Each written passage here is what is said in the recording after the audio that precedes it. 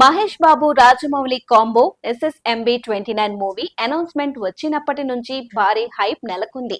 దర్శక ధీరుడు రాజమౌళి అంటేనే ఓ క్రేజ్. ఆయనతో సూపర్ స్టార్ మూవీ అంటే ఎక్స్పెక్టేషన్స్ ఏ రేంజ్ లో ఉంటాయనేది చెప్పలేం.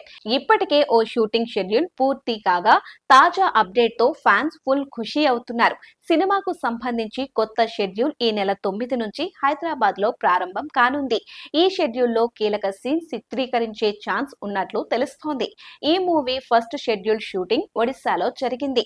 సిమిలిగూడ సమీపంలోని మాలి ఫుడ్ సీల్, బాల్డా ప్రాంతాల్లో మహేష్ బాబుతో పాటు పృథ్వీరాజ్, సుకుమారన్, ప్రియాంక చోప్రాలపై కీలక సీన్స్ చిత్రీకరించారు. ఈ మూవీలో కీలక రోల్ కోసం బాలీవుడ్ యాక్టర్ నానా పాటేకర్ ను తీసుకోవాలని రాజమౌళి భావించినట్లు తెలుస్తోంది.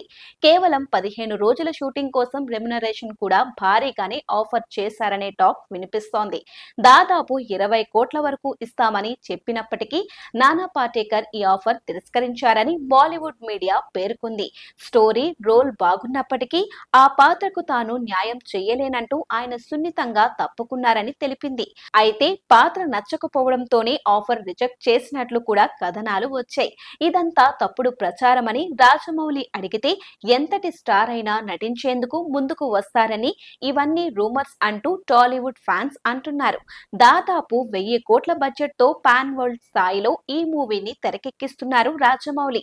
ఆఫ్రికన్ ఫారెస్ట్ అడ్వెంచర్ నేపథ్యంలో సాగే ఈ మూవీ ఎలా ఉండబోతోందనే క్యూరియాసిటీ అందరిలోనూ ఉంది.